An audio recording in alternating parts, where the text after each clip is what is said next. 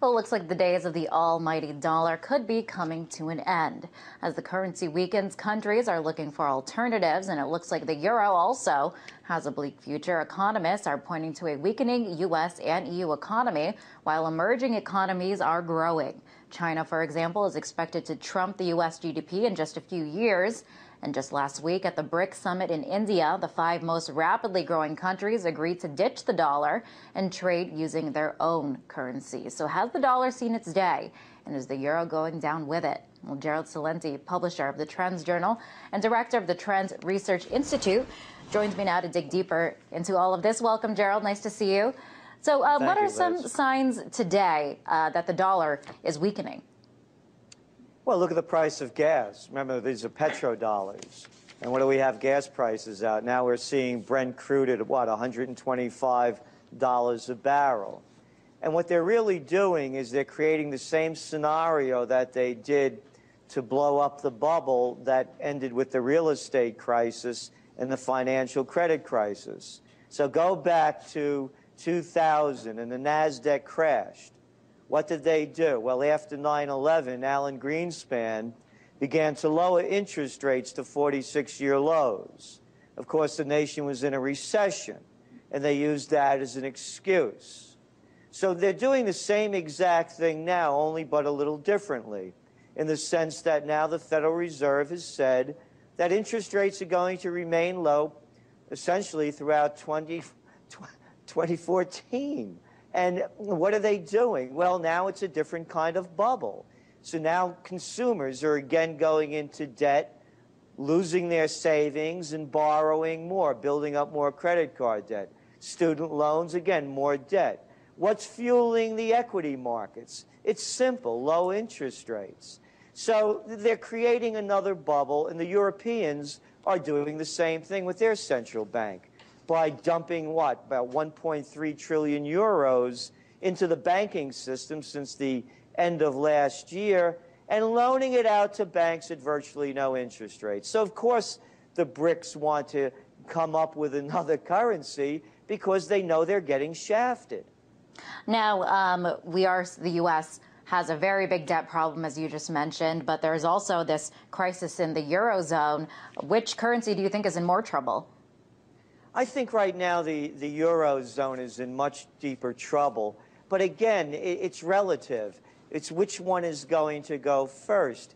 And Liz, when you read the quote by Dilma Rousseff, the president of Brazil, at the BRIC meeting recently, she said, quote, "It will not be overcome simply through measures of austerity, the crisis that started in the developed world, or fiscal consolidations and depreciation of labor costs, let alone through quantitative easing policies that have triggered what can only be described as a monetary tsunami, has led to a currency war, and have introduced new and perverse forms of protectionism around the world." What she's saying is very important. Go back to the crash of 1929. What was it? The crash, a depression, as you have now in a lot of the world, a deep recession, followed by currency wars, followed by trade wars, followed by World War II. The same scenario since the Panic of '08 is playing itself out again. Now, we are seeing the BRICS just last week. They want to take matters into their own hands and say, hey, we don't need to use the dollar. We want to trade in our own currency. But if there is, Gerald, this shift away from the dollar as a world reserve currency, what then would replace it?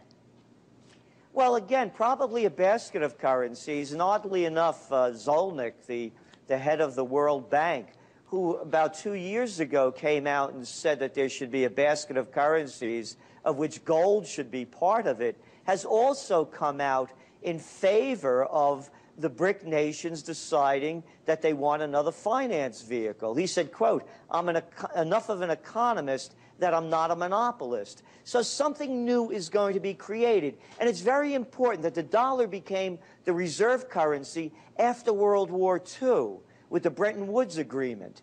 And at that time, when you go back, The United States was the only game in town. Europe was destroyed.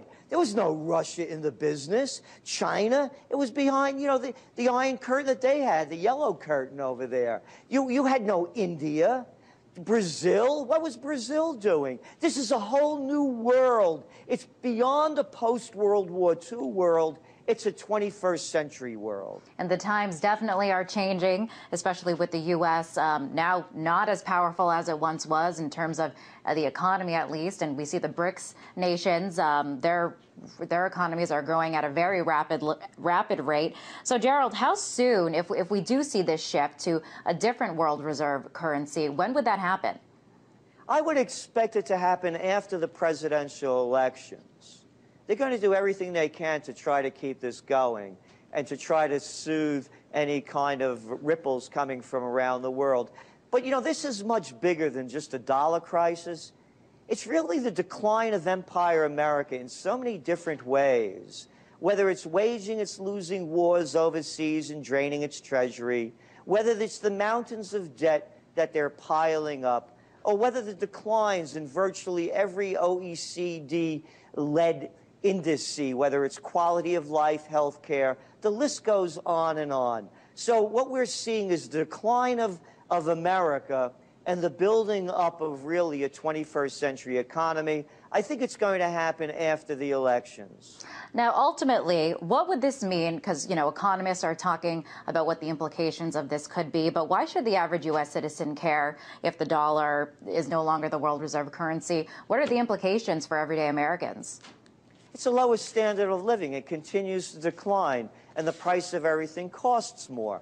The United States, of course, like the Eurozone, has the leverage to print its own money. So the more that they print, the cheaper, the less the value.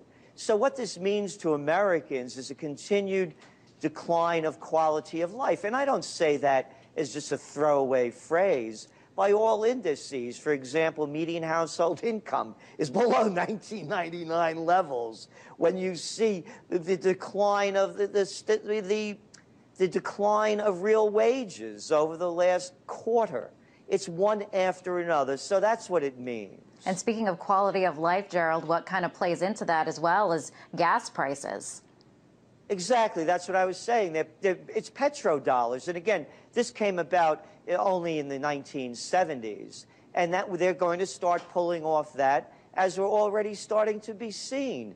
So you look at the price of everything. Oh, and by the way, how foolish of me to talk, and you, to talk about oil prices, because the Federal Reserve does not include food and fuel into our core index. So we just have to throw that away because, after all, we don't have to eat or use fuel.